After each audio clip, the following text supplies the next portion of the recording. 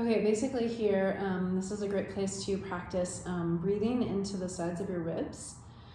And so what I'm doing is I'm kind of tucking my tail, releasing, finding sort of a neutral spine. You may want to put a small towel roll, or actually I folded a towel and then like kind of mush it together like an accordion and stick it under your waist. You can do that too to support your back.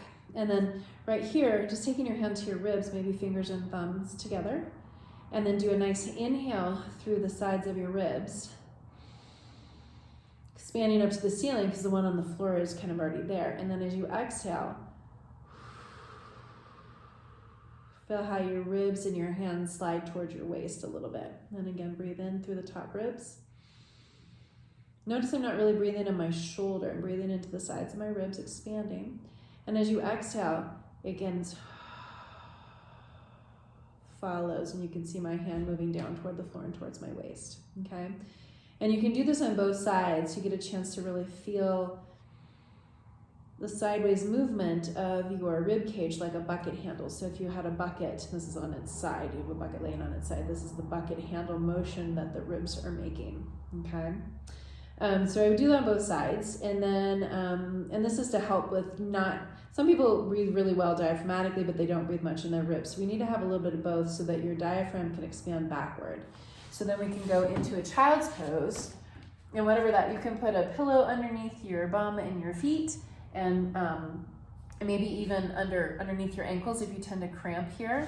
And then just coming into a child's pose position, you can rest your hands under your forehead or have them stretched out. But now when I breathe, I'm going to breathe right back here. So I'm going to breathe into the back of my ribs. And as I exhale, I feel my ribs gently moving slightly towards my waist. Okay, so that feeling of, I can't breathe in my belly.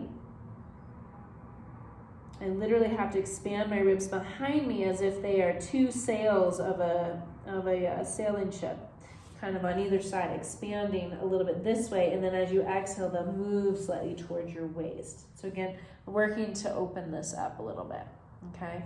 So that when we're on our back doing abdominal exercises, it's not all breathing in the belly, which is where we're gonna lose some of our stability. I wanna be able to stabilize this area, still be able to breathe into my side of my ribs and lungs a little bit, so that when I go into like a marching activity, or if I'm gonna do like a bridge, that at the top I'm not just gonna go in my belly, okay? I can breathe into the back side of my body, and then I can roll down and feel like I'm spreading the tissues nice and wide.